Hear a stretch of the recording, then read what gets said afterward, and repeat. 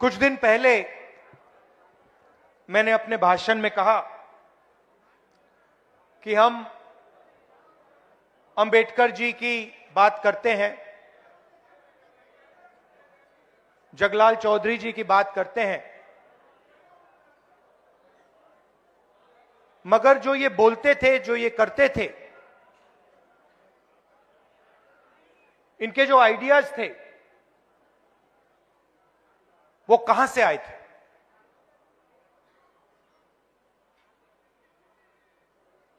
वो जो आपके दिल में जो दर्द था, दलितों के दिल में जो दर्द था, भैया भैया थोड़ा इस साइड हो जाइए।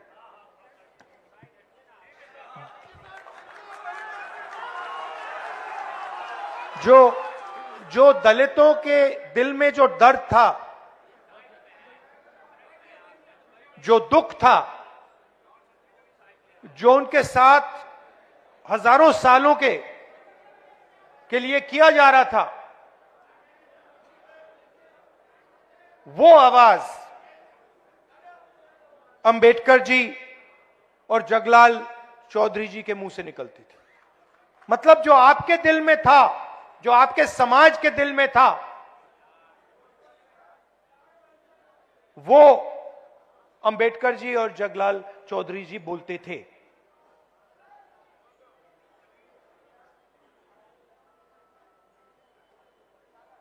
आजादी मिली,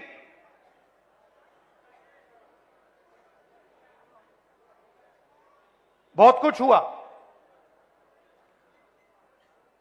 मगर मैं आपसे सवाल पूछना चाहता हूं, आज हिंदुस्तान का जो पावर स्ट्रक्चर है, जो इंस्टीट्यूशंस हैं, संस्थाएं हैं, चाहे वो शिक्षा का सिस्टम हो, स्वास्थ्य का सिस्टम हो, कॉर्पोरेट इंडिया हो, बिजनेस सिस्टम हो, जुडिशरी हो, इसमें आपकी भागीदारी कितनी है? लोग रिप्रेजेंटेशन की बात करते हैं, लोग कहते हैं कि हां, दलितों को रिप्रेजेंटेशन मिला, और यह सही है, रिप्रेजेंटेशन मिला, मगर पार्टिसिपेशन के बिना, पावर स्ट्रक्चर में शामिल होने के बिना रिप्रेजेंटेशन का कोई मतलब ही नहीं। मैंने आपको यहां स्टेज में बैठा दिया, 5 लोगों को यहां स्टेज में बैठा दिया, और फिर निर्णय पीछे से लिए जा रहे हैं, तो आपको स्टेज पे बैठाने का कोई मतलब ही नहीं है। आजकल फैशन बन रहा है कि भैया देखो, एमएलए को हमने इतने टिकट दे दिए, इस जात को इतने दे दिए, उस जात को इतने दे दिए। मोदी जी बोलते हैं हां, मगर फिर आपने जो पहले एमएलए की पार होती थी वो आपने छीन लिया। लोकसभा में आपने एमपी बैठा रखे हैं, लोकसभा का एमपी एक निर्णय नहीं ले सकता, मंत्री आपने बना दिए, मगर ओएसडी आरएसएस का बैठेगा। तो कंट्रोल का सवाल है, पार्टिसिपेशन का सवाल है, भागीदारी का सवाल है। रिप्रेजेंटेशन की जगह है, मगर मेरा सवाल दूसरा है। मेरा सवाल यह है कि मैंने कहा कि ये हमारे मीडिया के मित्र हैं, उदाहरण देता हूं, मैंने कहा ये मीडिया के मित्र हैं,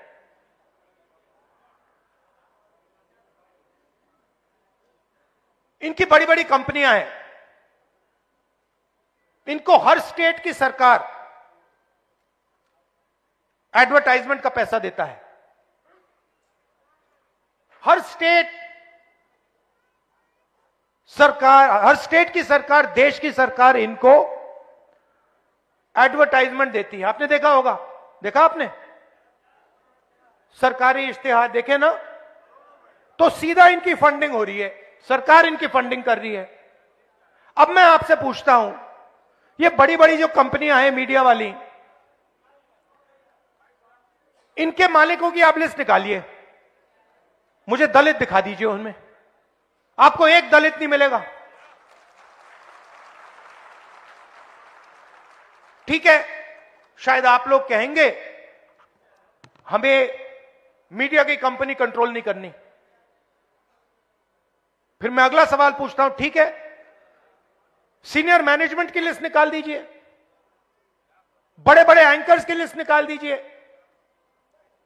बड़े बड़े एडिटर्स की लिस्ट निकाल दीजिए, मुझे दलित नाम दिखा दो उसमें। नैरेटिव ये बना रहे,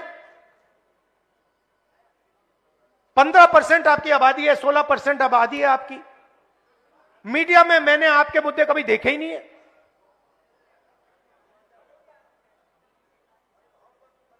मैं हिंदुस्तान के एजुकेशन सिस्टम में पढ़ा हूं,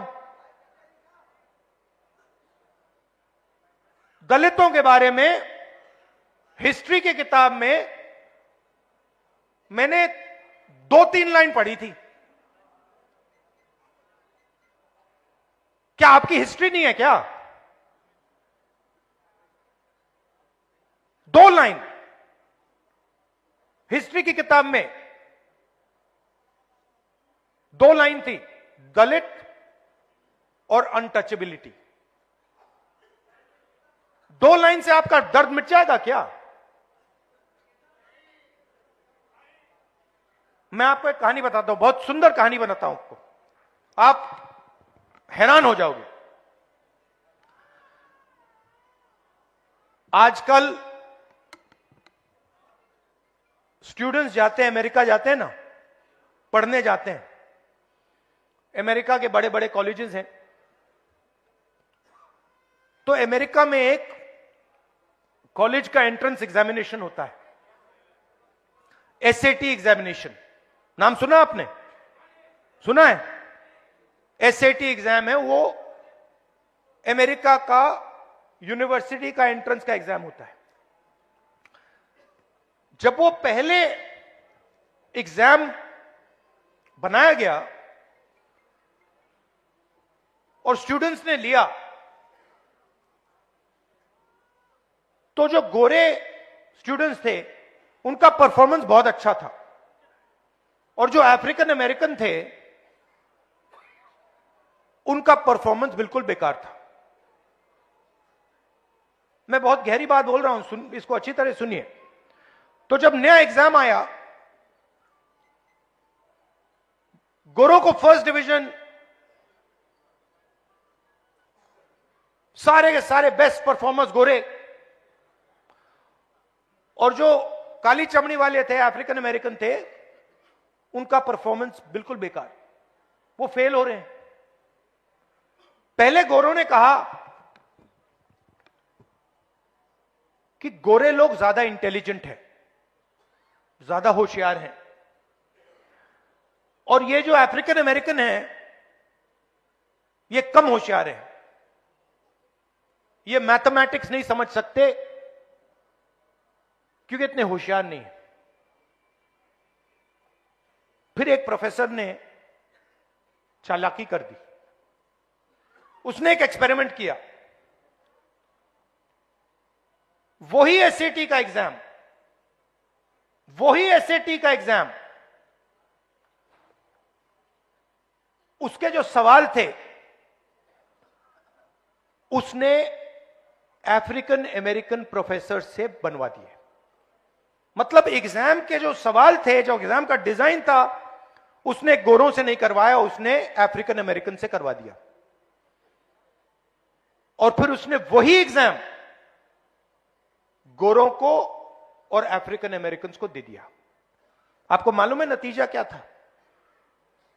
सारे के सारे गोरे फेल हो गए। अब मैं आपसे पूछना चाहता हूं, हम शिक्षा के सिस्टम की बात कर रहे हैं, उस शिक्षा के सिस्टम में आपकी कोई हिस्ट्री नहीं है, आपका कोई इतिहास नहीं है।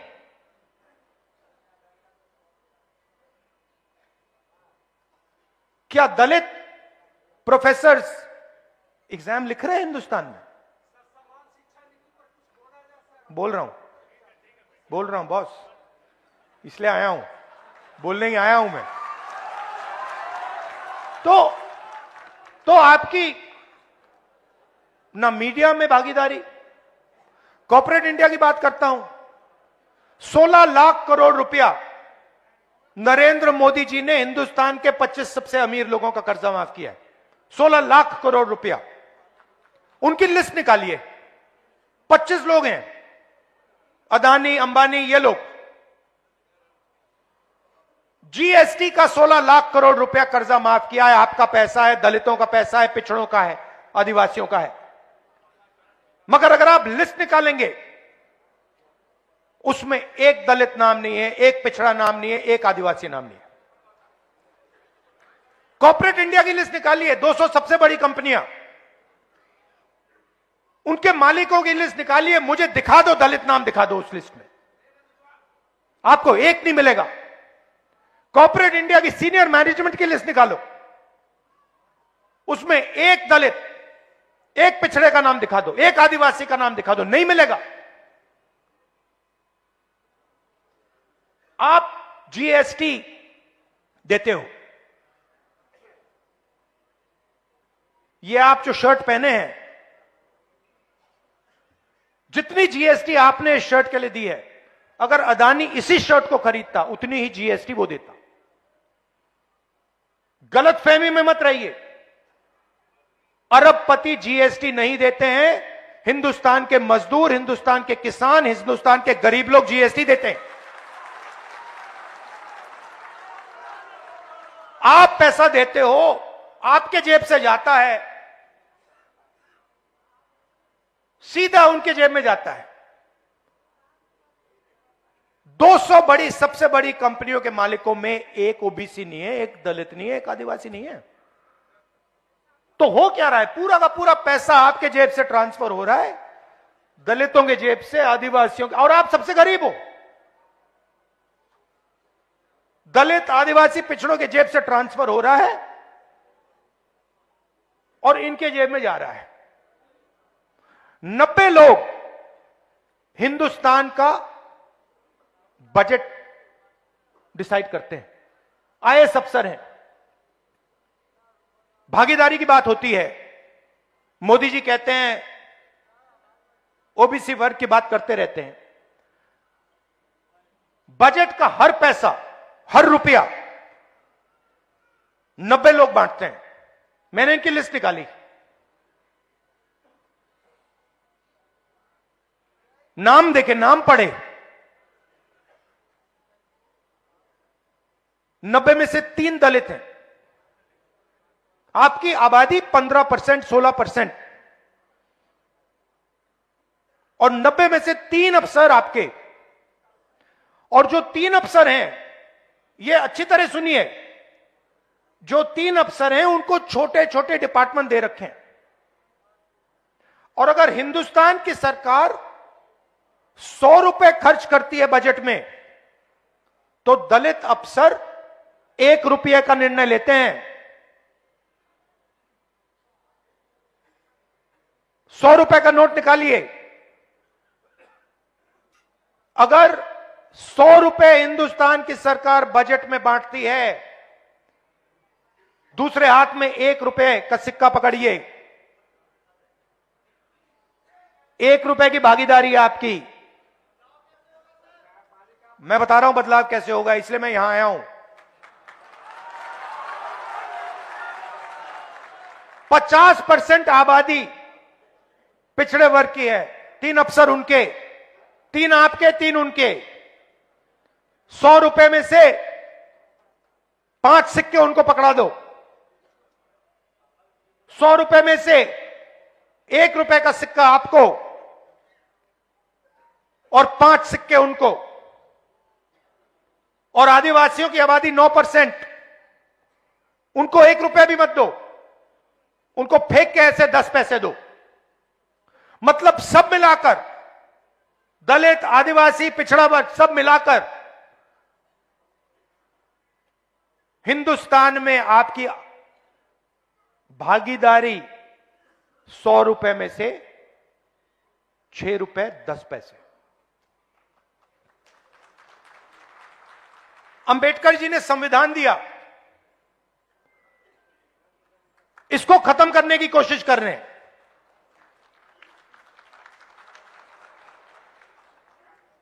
जो आपको बजट में 6.5 रुपए 10 पैसे की भागीदारी, वो भी छीनने की कोशिश कर रहे हैं।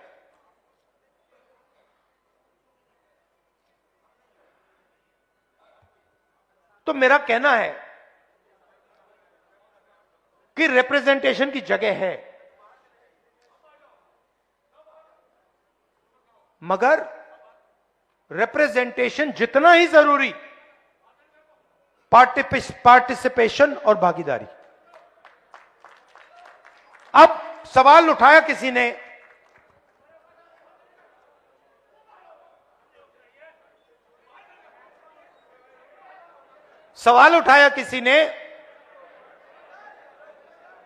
कि आगे क्या करना है, रास्ता क्या है। मैं बताता हूं आपको। सबसे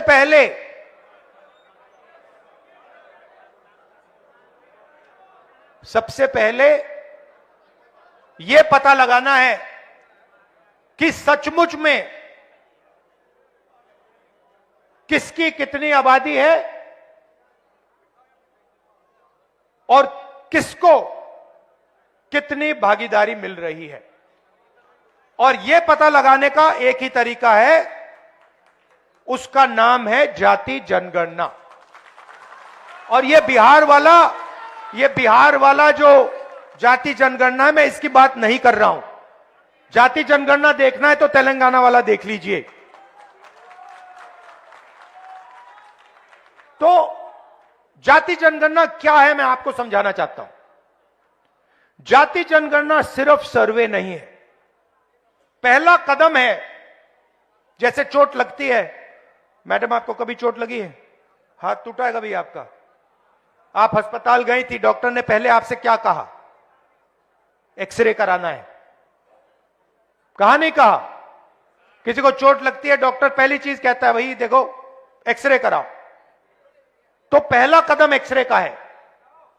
जाति जनगणना हमें यह बता देगा कि दलित कौन है, आदिवासी कौन है, पिछड़े वर्ग के लोग कौन है, माइनॉरिटी कौन है, जनरल कास्ट कौन है, गरीब जनरल कास्ट कौन है, यह सब पता लग जाएगा। उसके बाद हम दूसरा काम शुरू करेंगे। हम हिंदुस्तान की सारी संस्थाओं की लिस्ट निकालेंगे, इंस्टीट्यूशंस की लिस्ट निकालेंगे, चाहे वो जुडिशरी हो, ब्यूरोक्रेसी हो,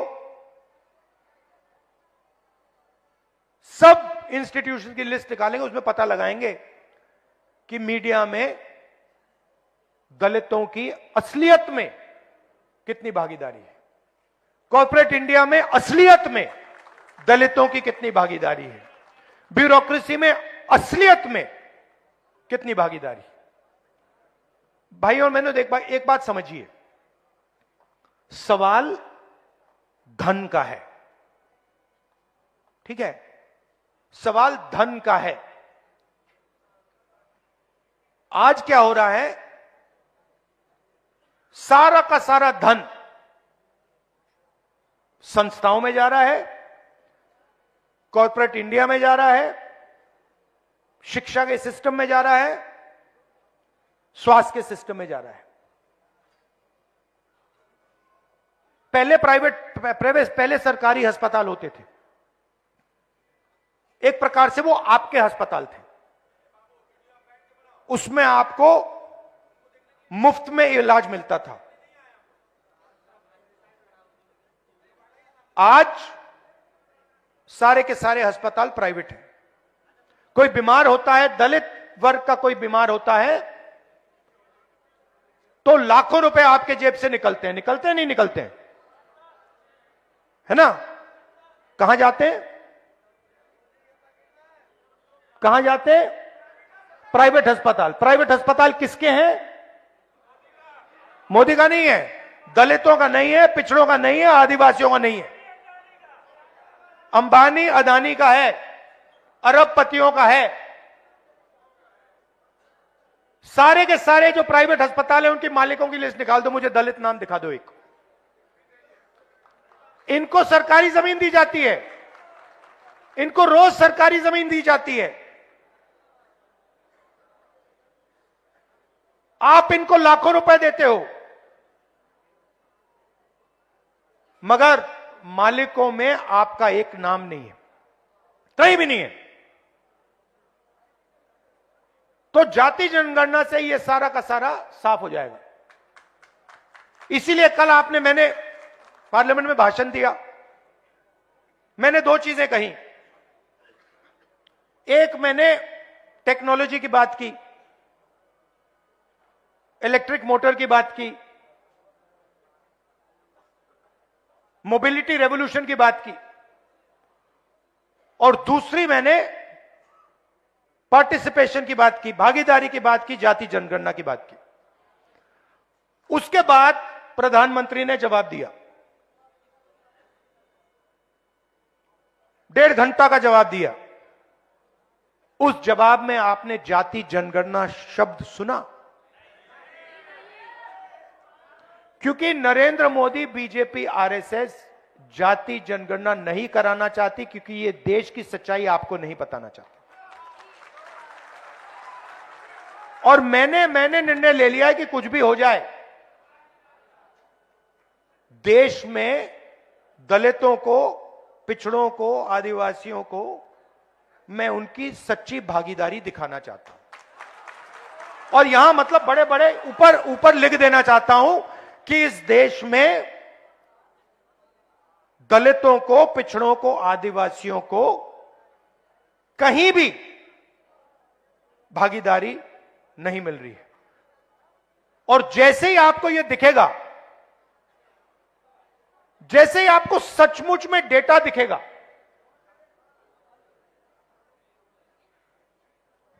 फिर हिंदुस्तान की असलियत, हिंदुस्तान का हर एक नागरिक, हर एक दलित, हर एक पिछड़े वर्ग, हर एक आदिवासी सब समझ जाएंगे। और फिर एक नई तरीके की राजनीति, एक नया तरीके का विकास शुरू होगा।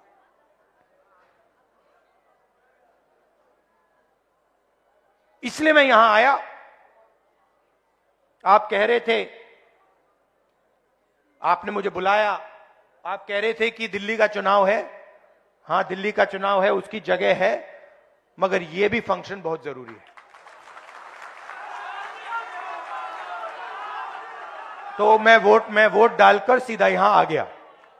और मैं बिहार के दलितों को, पूरे देश के दलितों को कहना चाहता हूं, देखिए, ये जो संविधान है, ये हम सब कहते हैं और मानते हैं कि अंबेडकर जी की, गांधी जी की देन है।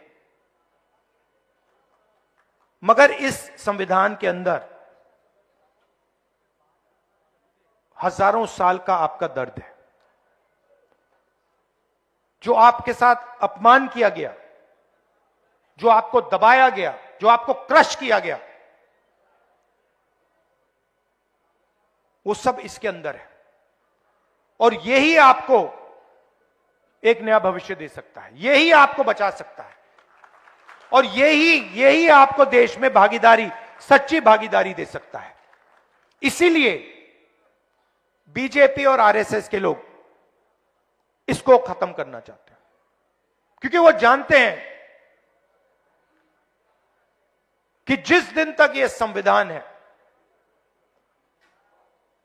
उस दिन तक हिंदुस्तान के गरीब लोगों को, दलितों को, पिछड़ों को, आदिवासियों को नहीं दबाया जा सकता है। ये इसको सामने से नहीं मारते हैं। ये आप मत सोचिए कि इसको सामने से मारते हैं।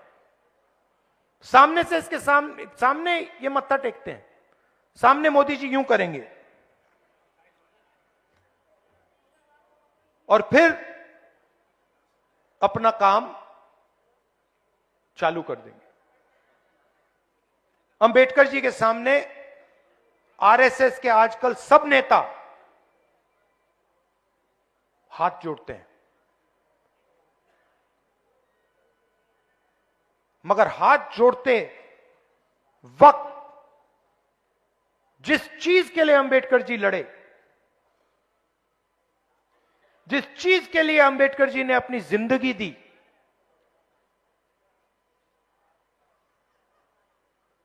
उसको रद्द करते हैं, उस पर आक्रमण करते हैं, उसको खत्म करने की कोशिश करते हैं। दलितों की स्कॉलरशिप्स, बाबा साहब ने कहा था एजुकेट। आदिवासियों की, दलितों की स्कॉलरशिप्स को खत्म कर देते हैं, रोहित वेमुला को मार देते हैं और फिर अंबेडकर जी के सामने जाके हाथ जोड़ते हैं। इसका कोई मतलब नहीं है। तो मैं ये आपसे कहना चाहता था कि हम आपके साथ हैं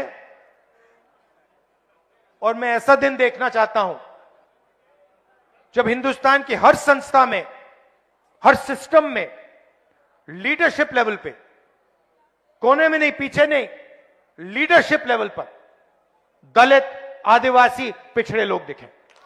मैं देखना चाहता हूं, मैं वो दिन देखना चाहता हूं जब हिंदुस्तान की टॉप 10 कंपनीज का मालिक दलित, पिछड़े वर्ग से हो, आदिवासी वर्ग से हो।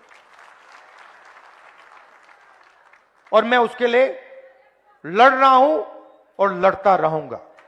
आप सबका बहुत बहुत धन्यवाद कि आप यहां आए। धन्यवाद, नमस्कार, जय हिंद।